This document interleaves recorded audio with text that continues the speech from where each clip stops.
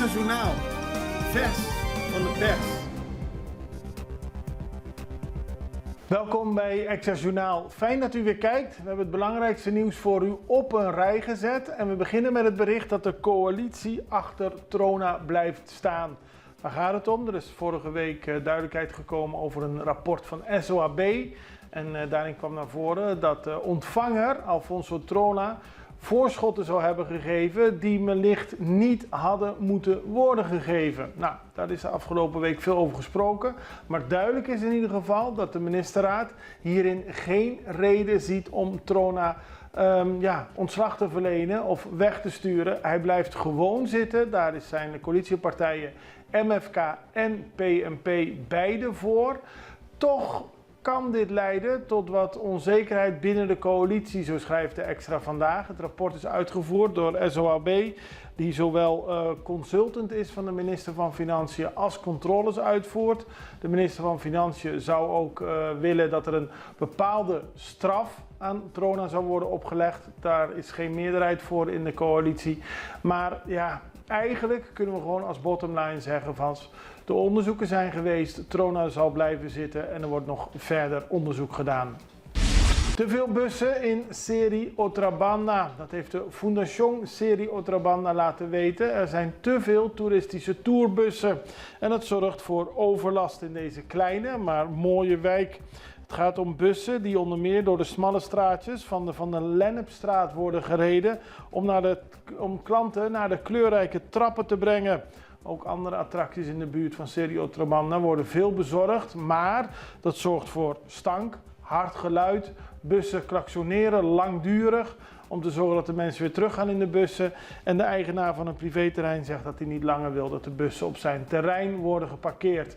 Dus er is veel aan de hand en Fundación Serie Otrabanda wil dat er iets verandert, bijvoorbeeld door minder toeristische bussen door de wijk te sturen.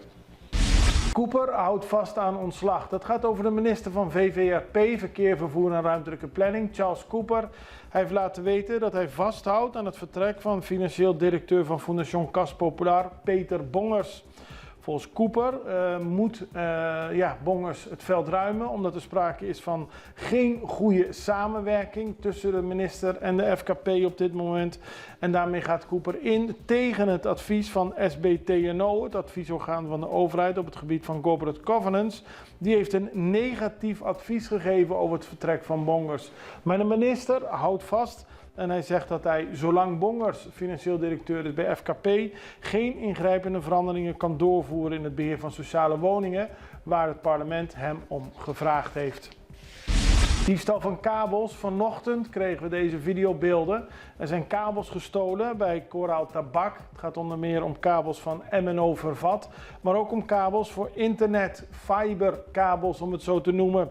De politie heeft de zaak in onderzoek en er wordt gekeken wie de kabels gestolen heeft. Het zorgt in ieder geval voor vertraging voor de werkzaamheden, zowel op het gebied van de internetaansluitingen als voor MNO Vervat. Reeks ongelukken in paasweekend. Veel ongelukken afgelopen weekend. Als we de lange paasweekend meerekenen, moeten we toch wel bijna praten van 10 auto-ongelukken. Heel veel schade. Op heel veel verschillende plekken zijn auto's tegen elkaar aangebotst. Onder meer op de Rooseveltweg, de Schottegatweg, Biesheuvel, de Goossieweg, op het kruispunt van de Doormanweg en de Santa Rosaweg. Daarbij is een jonge dame gearresteerd, een van de chauffeurs die betrokken was bij het ongeluk. In Sericandela en op de kruispunt van de Rector Zwijsenstraat en de Helmin Magno Wiels Boulevard. Het gaat veel om schade aan auto's, zijn mensen naar het ziekenhuis gebracht. Gelukkig moet je in zo'n geval zeggen, is niemand overleden, maar het geeft wel aan dat het paasweekend druk was op straat. En dan geslaagde Marcha de CU 2024. We hebben CU kunnen vieren en dat hebben heel veel mensen gedaan. Het was kleurrijk, het was druk, het was gezellig en er was veel goede CU-muziek. Veel mensen kwamen er naar kijken en degenen die niet geweest zijn of die geen genoeg ervan kunnen krijgen, die kunnen op 14 april naar Bandabao als dan de Marcha di CU Bandabao staat gepland. En dan Sint Maarten. Screening nog niet klaar op Sint Maarten. Dat heeft de formateur Luc Merselina laten weten aan de gouverneur. En de gouverneur heeft hem tot eind april, 26 april gegeven. Het gaat er namelijk om dat er 4 partijen zijn. Die hebben al een samenwerkingsakkoord getekend. Maar de screening die in februari is begonnen is nog steeds niet afgerond.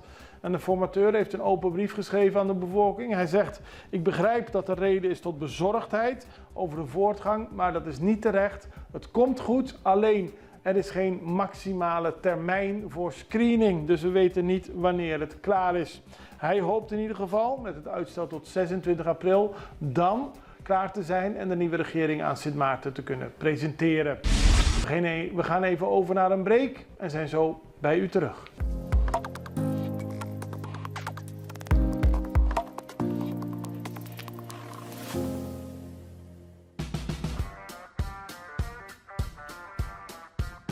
Welkom bij Heavy Mix Concrete.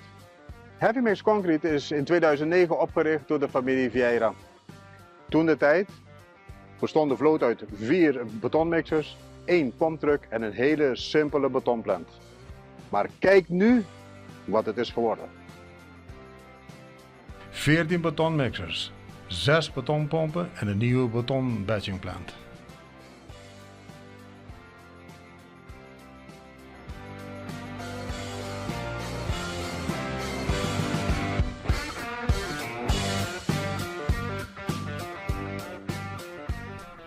Bij onze nieuwe batchingplant vindt de menging plaats in de mixer van de betoncentrale en niet in de truckmixer.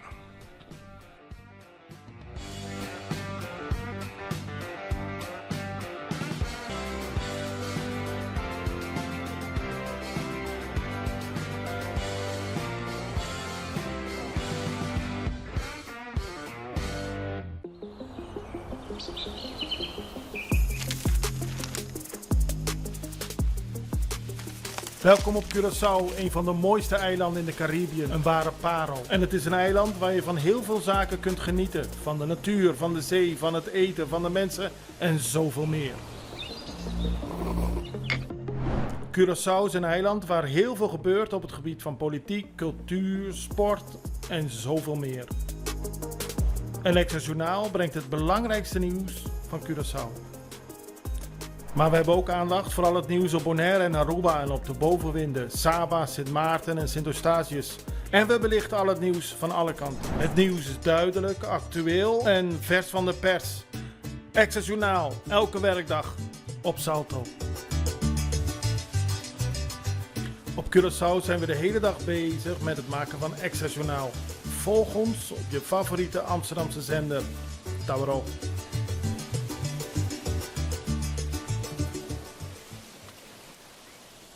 En dan gaan we verder met een interessant project voor de ABC-eilanden, Aruba, Bonaire, Curaçao, namelijk elektrisch vliegen.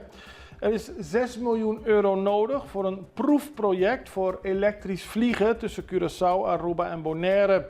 Op dit moment wordt gewerkt aan financiering door Europa of via het Nationaal Groeifonds. Dat staat in een brief die de Nederlandse minister van Infrastructuur en Waterstaat, Mark Harbers, hierover aan de Tweede Kamer heeft geschreven.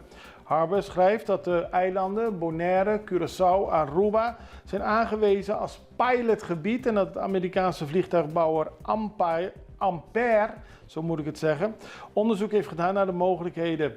Dit onderzoek toont aan dat hybride elektrisch vliegen tussen deze eilanden de directe operationele kosten met gemiddeld bijna 26% kan verlagen. Wat zou kunnen betekenen dat de prijzen van de tickets naar beneden gaan.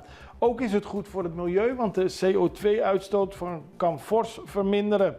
Er moet eerst een proefproject worden gekomen, maar het idee om elektrisch te vliegen tussen Bonaire, Aruba en Curaçao wordt verder uitgewerkt. Nederland staat erachter. De landen, Aruba, Curaçao, maar ook Sint Maarten, hebben in 2022 een akkoord getekend met Nederland om hieraan te werken. Dus laten we hopen dat er iets positiefs uitkomt. Dan gaan we naar Bonaire, want daar werd onlangs de zwemvierdaagse gehouden. Dat gebeurde tijdens de Bonaire Sportweek. Ruim 150 mensen zwommen 4 dagen lang een afstand van 500 of 1000 meter. Het is onderdeel van aandacht voor zwemmen op Bonaire, want de zwemsport is op het eiland groeiende. Er zijn allemaal zaken die beter zouden kunnen. Zo is het ook nog duur voor de zwemmers om als ze wedstrijden willen doen buiten Bonaire dat te moeten betalen en dergelijke. Maar ik denk dat we kunnen concluderen dat zwemmen booming is op Bonaire. En de collega's van Caribisch Netwerk hebben de volgende videoreportage daarvan gemaakt. Tijdens de Bonaire Sportweek werd voor het 2e jaar op rij de zwemvierdaagse georganiseerd. Nieuw dit jaar was de floating pool. Meervoudig kampioene Ranomi Kromowidjojo was aanwezig om clinics te geven aan zowel de zwemselectie als geïnteresseerden van buitenaf. Ik ben jaren geleden een keer op vakantie hier geweest, maar de eerste keer om clinics te geven. Vandaag de eerste clinic gedaan en dat was echt super gaaf. Sowieso deze locatie, het floating pool en deze groep getalenteerde zwemmers was heel leuk. Hoe vond je het om les te krijgen van Ranomi vandaag? Ik vond het heel erg vet. Ja. Het was leuk, een nieuwe ervaring om van les te krijgen van iemand anders dan je trainer. Is zij ook een beetje een voorbeeld? Ja, wel. Want zij heeft op hoog niveau gezwommen en dat wil ik zelf ook. Bonaire heeft zo'n 100 mensen die de zwemsport beoefenen met wedstrijdzwemmen en waterpolo. Toch zijn er voor jonge talenten maar weinig mogelijkheden om echt verder te groeien in de sport. Bonaire valt onder Nederland, dus als je op hoog niveau val je onder Nederland. En als je dan in Nederland zwemt word je eerder gezien en hier heb je ook niet alle faciliteiten die je in Nederland hebt.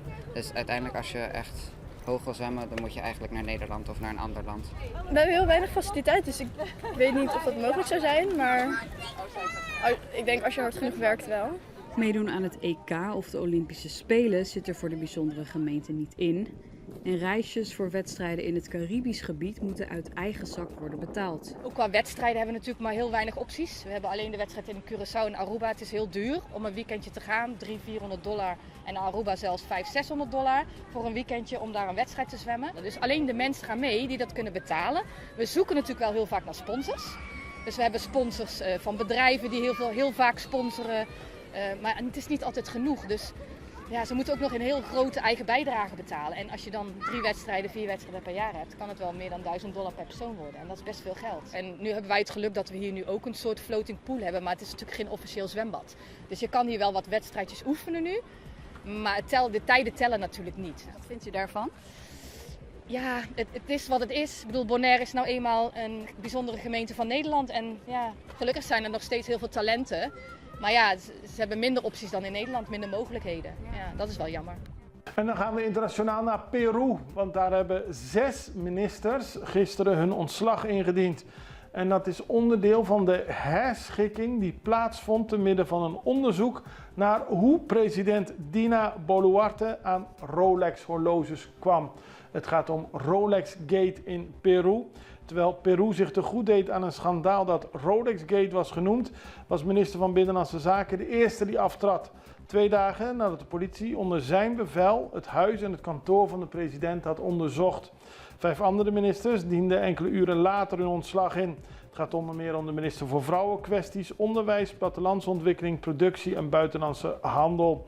Er is geen officiële verklaring voor alle ontslagen gegeven, maar het gaat om het feit dat er een groot onderzoek is naar de vraag hoe de president aan zoveel dure Rolex horloges is gekomen. De president Boluarte is nu doelwit van een corruptieonderzoek om vast te stellen of ze zichzelf illegaal heeft verrijkt sinds ze in december 2022 aan de macht kwam en om het niet melden van de horloges als onderdeel van haar bezittingen. Het salaris van een president op Aruba is niet groot en daarmee kunnen niet 6 dure Rolex horloges worden betaald. Dus het onderzoek gaat nog voort. 6 ministers zijn al opgestapt en het is de vraag of de president hiermee kan aanblijven. We houden het voor u in de gaten, net zoals we al het nieuws hier in de regio voor u in de gaten houden. Dit was Extra Journaal, we zijn er morgen weer. Ik hoop u ook het allerbeste. Tot ziens. Dag.